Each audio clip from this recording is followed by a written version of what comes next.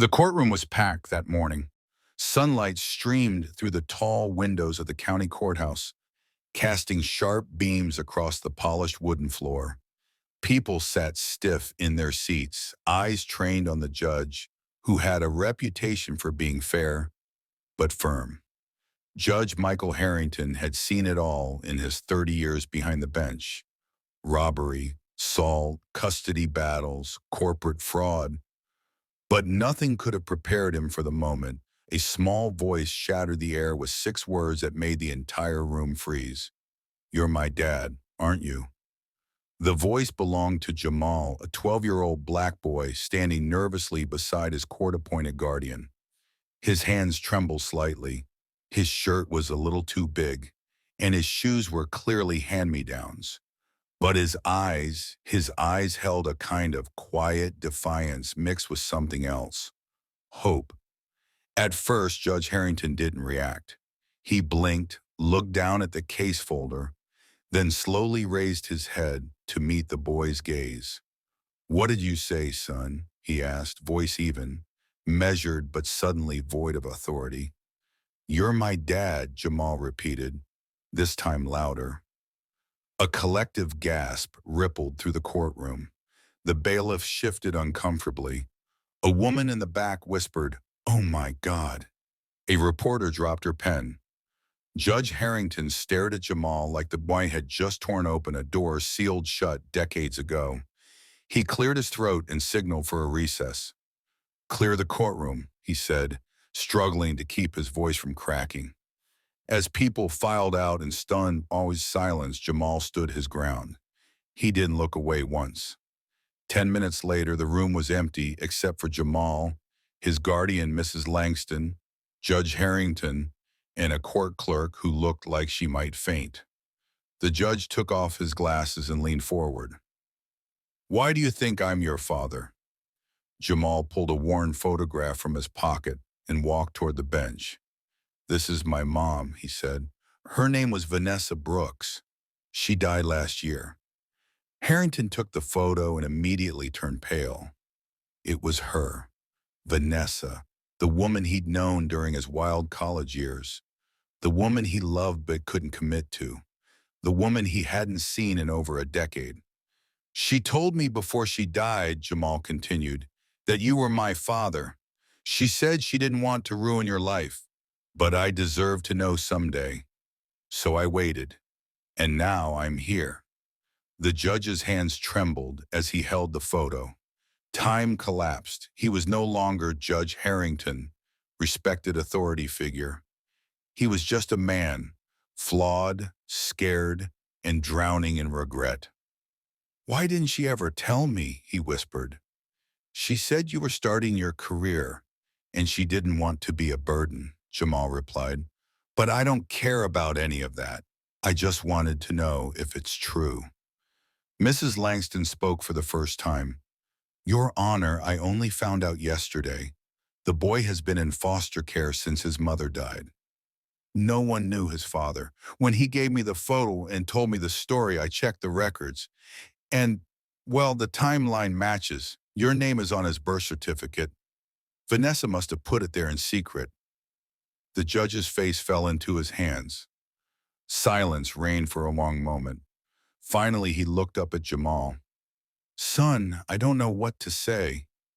"Just tell me it's true," Jamal said. "Tell me I'm not crazy." Harrington nodded slowly. "It's true." The boy exhaled, a shaky, quiet breath like he'd been holding it his entire life. The judge stood up from his bench and stepped down for the first time in years in the middle of a session.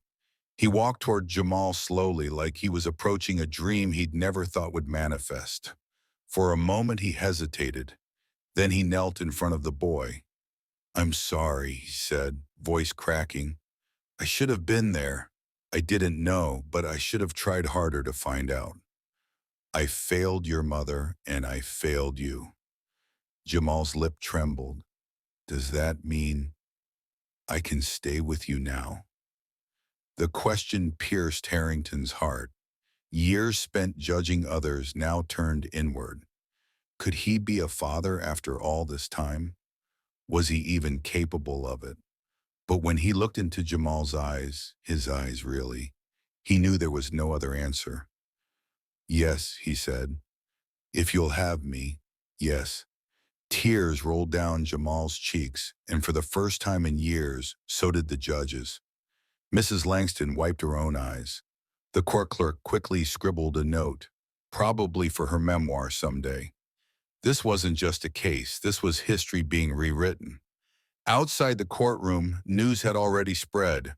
Reporters whispered frantically, phones buzzed, and everyone speculated about what had happened behind those closed doors.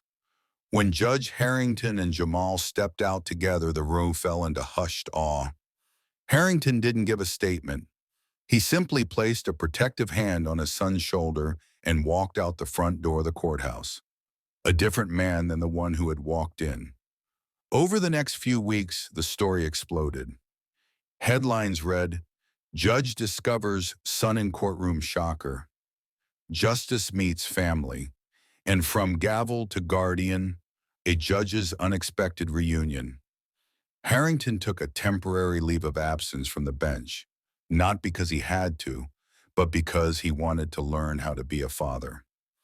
Jamal moved into his spacious home, so different from the shelters and foster homes he'd known. But it wasn't the house that mattered.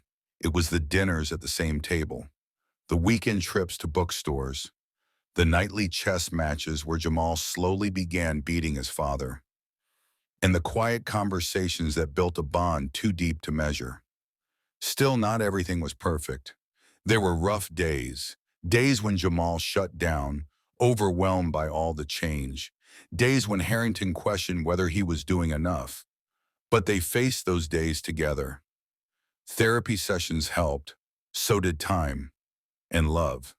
Jamal eventually enrolled in a private school where he thrived. Math was his favorite subject. He joined the debate team and even ran for class president. Harrington sat front row at every event, cheering louder than anyone else. Years passed. Jamal grew into a strong, confident young man.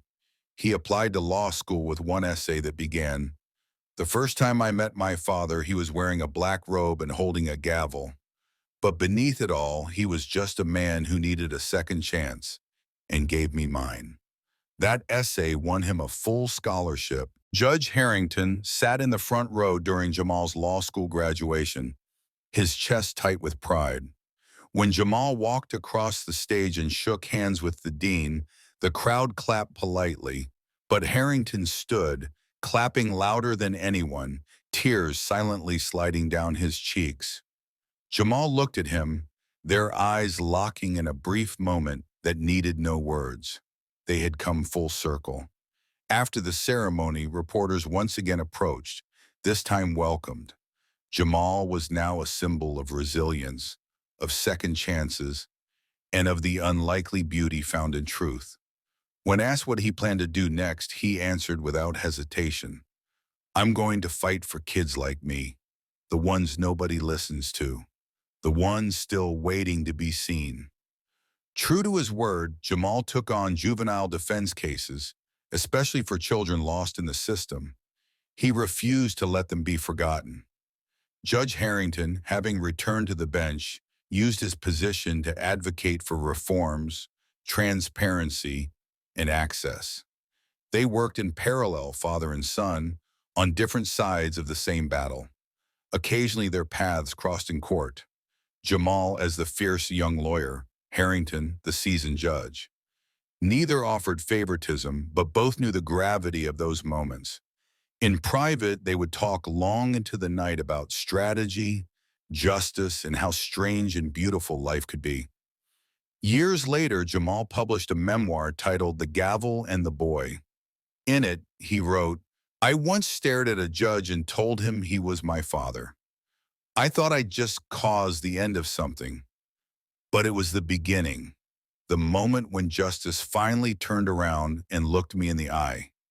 The book became a bestseller, not because it was scandalous, but because it was real, raw, honest, and needed.